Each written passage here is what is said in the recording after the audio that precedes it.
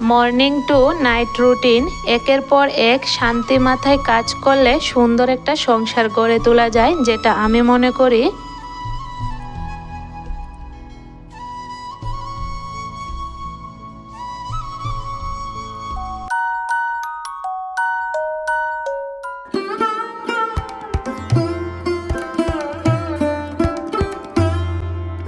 বন্ধুরা, good morning. কেমন আছো তোমরা সবাই?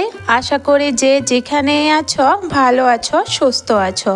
আমরাও ভীষণ ভালো আছি। আজকের ব্লগটা একটু দেরি করে শুরু করেছি। সূর্যি মামা উঠে গেছে, আর এখন তো জানোই সকাল সকাল রৌদ্র উঠে অনেকটা ভালো লাগে।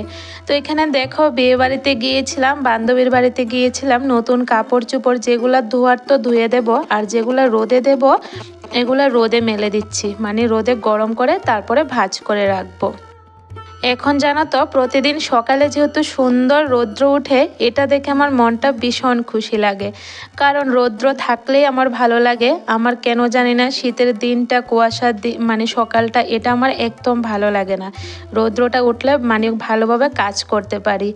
এরপরে এখানে দেখো, মানে রৌদ্র উঠেছে, এতটা গরম, তারপরেও কিন্তু আমি সোয়েটার খুলিনি। আমার ভীষণ ঠান্ডা লাগে, ঘরের মধ্যে তো এতটা ঠান্ডা লাগে কি বলবো। আর ঠান্ডা লাগলে জানো তো আমি কাজ করতে পারি না।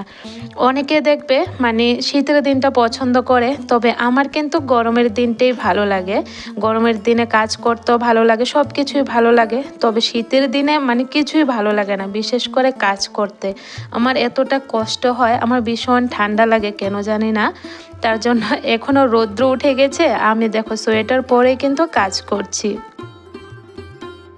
সংসারের কাজ তো চলতেই থাকবে।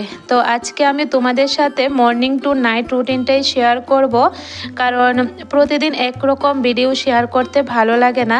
তো তোমরা দেখতে থাকো আমার সংসারের কাজগুলা, আর আমার কাজকর্ম দেখে, কথাবার্তা শুনে তোমাদের যদি একটু হলেও ভালো লেগে থাকে তাহলে একটা লাইক করে দিও, আর চ্যানেলটাকে সাবস্ক্রাইব করে রেখো। তাহলে যখনই আমি নতুন ভিডিও পোস্ট করব, সঙ্গে সঙ্গে কিন্তু তোমাদের কাছে নোটিফিকেশান চলে যাবে। তো চলো বন্ধুরা, বেডরুমের কাজ গুছাতে গুছাতে আমার বন্ধুদের কমেন্টগুলোও তোমাদের সাথে শেয়ার করি। আর আমারও না পড়তে ভীষণ ভালো লাগে, এত মিষ্টি মিষ্টি কমেন্ট করে, না পড়ে কি আর থাকা যায় বলো।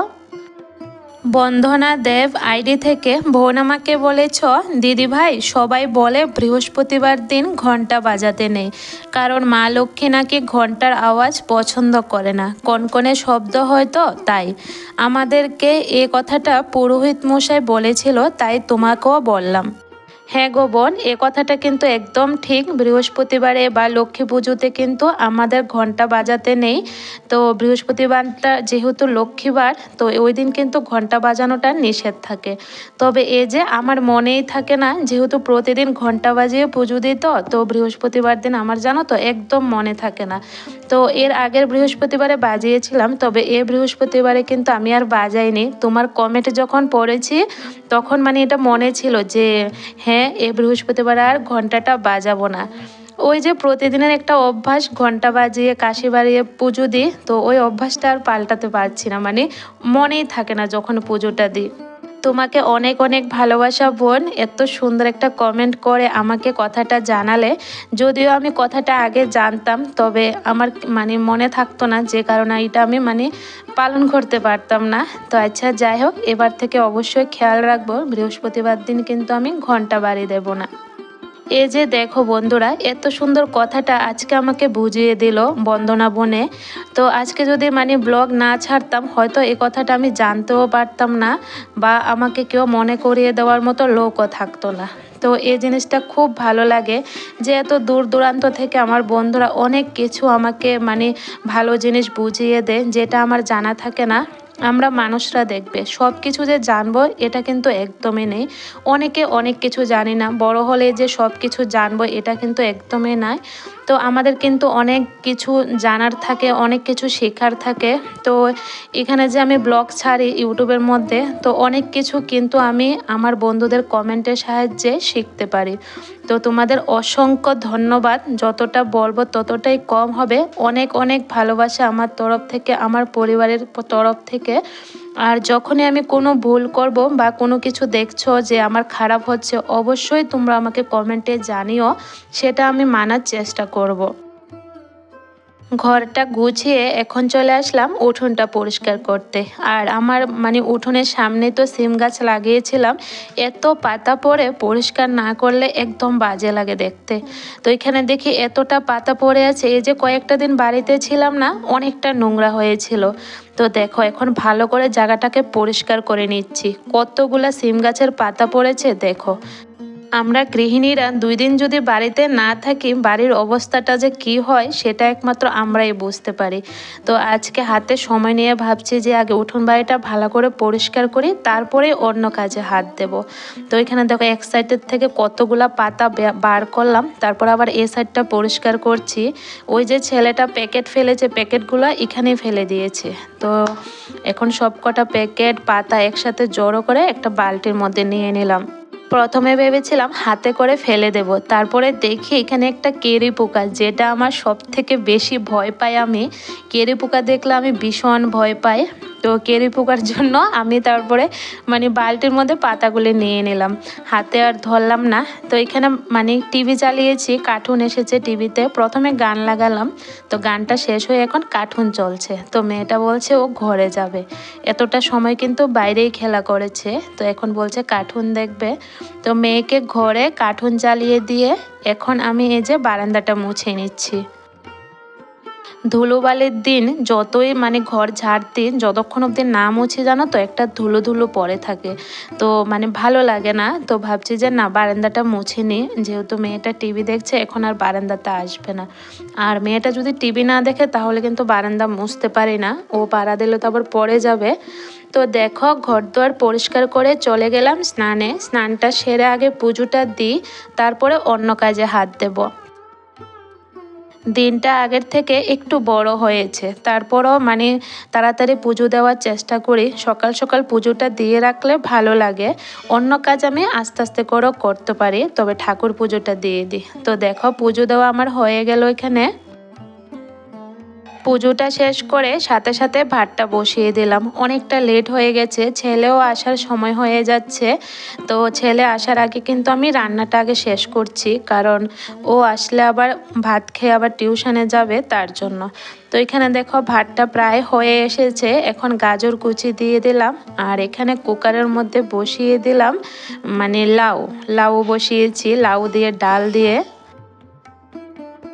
SM সিম্পল হাউসওয়াইফ আইডি থেকে বোন আমাকে বলেছে ধূপ গন্ধ আমারও খুব ভালো লাগে গো দিদি ভাই। একদম ঠিক কথা বলেছ, এটা ধরাতে অনেকটা সময় লাগে। তো আমারও ভীষণ ভালো লাগে, তবে সময়ের অভাবে প্রতিদিন ধরাতে পারি না। তবে বৃহস্পতিবারে চেষ্টা করি জানো তো বোন, একটু ধূপ জ্বালিয়ে ঠাকুর পুজোটা দেওয়ার। বেশ ভালো লাগে যখন সবগুলি রুমের মধ্যে ধূপের গন্ধ থাকে, এতটা ভালো লাগে কি বলবো। তো তোমাকে অনেক অনেক ভালোবাসা বোন, কেমন আছো জানিও। কবিতা দেববর্মা আইডি থেকে কবিতা বোন আমাকে বলেছ ভিডিওটা খুব সুন্দর লাগছে দিদিভাই, অনেক দিন হয়েছে তোমার ভিডিও দেখতে পারি না, আমার শরীরটা একটু খারাপ ছিল, তাই আমার জন্য একটু ঠাকুরের কাছে প্রার্থনা করো গো দিদিভাই। প্রার্থনা না, এটা কি লিখেছো বুঝতে পারছি না। তো কবিতা বোন, তোমার কমেন্ট না পড়ে কিন্তু আমি আর থাকতে পারলাম না, কারণ তুমি সবসময় আমার ব্লগে কমেন্ট করো। আর ঠিক আছে, কয়েকটা দিন ধরে কমেন্ট করতে পারছো না, আমিও ভাবছি হয়তো তোমার শরীর ভালো নেই। তো এখন কেমন আছো জানিও, আর ঠাকুরের কাছে আমি প্রার্থনা করছি যে ঠাকুর তোমাকে খুব তাড়াতাড়ি সুস্থ করে দেখ।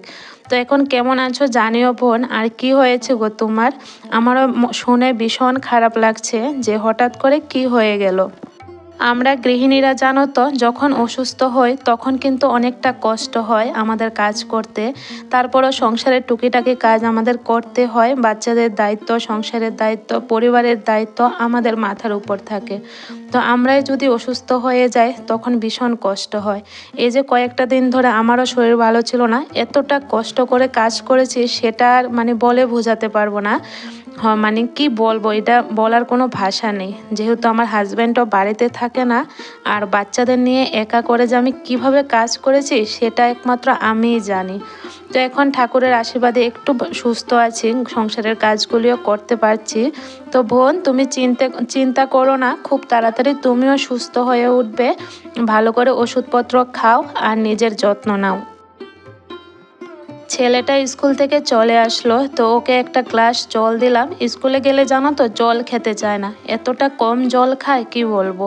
তো এখন ওকে জল খাইয়ে মেয়েটাকে নিয়ে ভাত খাওয়াতে বসলাম। আর আজকে 2-3 দিন ধরে মেয়েটার কি হয়েছে জানি না, একদমই ভাত খেতে চায় না। একটুখানি ভাত খায়, তারপরে শুধু কান্নাকাটি করবে। তো জানি না কি হলো। দুপুরের খাওয়া দাওয়া আজকে আর তোমাদের সাথে শেয়ার করলাম না, এখন হয়ে গেল সন্ধ্যা। তো ছেলেকেও পড়াতে বসালাম, এইদিকে মেয়েটাকেও বসালাম পড়াতে। আর এই যে কাপড় চোপড় নতুনগুলা, এগুলো এখন ভাঁজ করে রাখবো। কোথাও যেতে তো ভালো লাগে বন্ধুরা, তবে এসে এই যে কাপড় চোপড় গুছানো, ব্যাগ গুছানো, সেটা আমার এতটা বিরক্ত লাগে কি বলবো। তারপরেও করতে হয়, কিছু করার নেই। তো মেয়ে তো বসে এক জায়গাতে পড়েই না, খেলতে খেলতে পড়াশোনা করে। আর এখন যেহেতু ও একটু একটু কথা বলে, এখন যদি অক্ষরগুলা না শেখায় না, পরে কিন্তু সমস্যা হয়ে যাবে, মানে পরে শেখাতে আর অসুবিধা হবে। তো এভাবে খেলতে খেলতে ওকে কিন্তু আমি মুখে মুখে অক্ষরগুলা শেখাচ্ছি। তো এখানে দেখো কাপড়ও ভাঁজ করছি আর মেয়েটাকেও পড়াচ্ছি। মেয়েকে যখন পড়া শেখাই তখন ছেলের কথাটা মনে পড়ে। ও যখন ছোট ছিল জানো তো, ওকে অক্ষর শেখাতে এতটা কষ্ট হয়েছে। তবে তখন তো ওর বাবা বাড়িতে ছিল, দুজন মিলেই পড়িয়েছি। তবে এখন মেয়েটার সময় কিন্তু আমি একা, তো সব কিছু আমাকে একাই ম্যানেজ করতে হচ্ছে। আর জানো তো, পড়তে চায় না, অনেক রকমের গল্প করে ওকে আমি পড়াই, শুধু মানে রাইমস কবিতা এগুলা পড়তে চায়। এমনিতে 1 2 ABCD এগুলো একদমই পড়তে চায় না, ও শুধু রাইমস পড়তে ভালোবাসে। তো আচ্ছা, যাই হোক, মুখে মুখে একটু পড়াচ্ছি আর এদিকে কাপড়গুলিও ভাঁজ করে নিচ্ছি। সকাল থেকে একের পর এক শান্তি মাথায় কাজ করলে সুন্দর একটা সংসার গড়ে তোলা যায়। আজকে সকাল থেকে কিন্তু আমি কাজ করছি, আর সম্পূর্ণটাই তোমাদের সাথে একটু একটু করে শেয়ার করছি। একদম নাইট রুটিন অবধি শেয়ার করব। তো মানে আমরা গৃহিণীরা যদি একটু শান্তি মাথায় কাজ করি না, সুন্দর একটা সংসার গড়ে তোলা যায়। তো এই যে কয়েকটা দিন বাড়িতে ছিলাম না, এসে জানো তো এত কাজ বেড়ে গেছে, ভাবছি কোথায় থেকে শুরু করব আর কোথায় শেষ করব। তারপরে শান্তি মাথায় কাজ করলাম, একটা একটা করে শেষ করলাম। এখন মোটামুটি কাজ কমপ্লিট হয়ে গেছে। তো দেখো কাপড়গুলো ভাঁজ করে নিলাম, এখন সুকেশের মধ্যে এভাবে রেখে দিচ্ছি। পরে একদিন আবার সুকেশটা লাড়া দিয়ে, মানে ছেলের কাপড় আলাদা, আমার কাপড়গুলো আলাদা, আবার মেয়েটারগুলো আলাদা, এভাবে করব। এখন আপাতত এমনিতেই রেখে দিচ্ছি, সময় নেই। ছেলের তো এক্সাম, ওর আবার পড়া নিতে হয়। রাতে ঘুমাতে জানো তো 12টা 12:30 বেজে যায়, ছেলেটার পড়া নিয়ে ঘুমাতে হয়। কারণ আর পরীক্ষার বেশি দিন বাকি নেই, 15 থেকে 20 দিন বাকি আছে। তো প্রচণ্ড চাপ চলছে। তারপরে তো সংসারের কাজকর্ম, মেয়েটার কাজ, ছেলের পড়াশোনা, তো সব কিছু একসাথে মিলে না আমার প্রচণ্ড কষ্ট হচ্ছে। হাতে কি, হাতে কি, কি তো এটি কানের, কার এটি? তোমার মুখে কি, মুখে দেখো চোখের মধ্যে কাজল দিয়ে কি করেছে। আমার কাজলটা নিচে ছিল, তারপরে কিন্তু ও চোখে এভাবে দিয়ে দিল, দেখো দুষ্ট। মা, তোমার মুখে কি, মুখে বাদাম? তুমি খাও না? খাইতে না, কি করবা? দুষ্ট। আর কানেরটি কি করবা? কানের কি করবা? লাগাও। অনেক সুন্দর, অনেক সুন্দর। শিখেছে না বাবা? হ্যাঁ, এক্সট্রা কোশ্চেন পরে বার করিস, আগে যেটি মানে স্যারের মিসের ফরা এটি লো, আগে নতুন ফরা যেটি দিছি স্কুল থেকে এটি লো। এক্সট্রা অবসর টাইমে বইয়া বার করিস, যখন ফ্রি থাকবি ওখানে নতুন ফরাটি ল। তাড়াতাড়ি কর। শুট লাগাইছিস না, গেলি তুই? ঠান্ডা লাগে না, এতলা শুট ঘরের ভিতরে একটা শুট ফরস না, ঠান্ডা না লাগলে সোয়েটার ফসত কে লেগা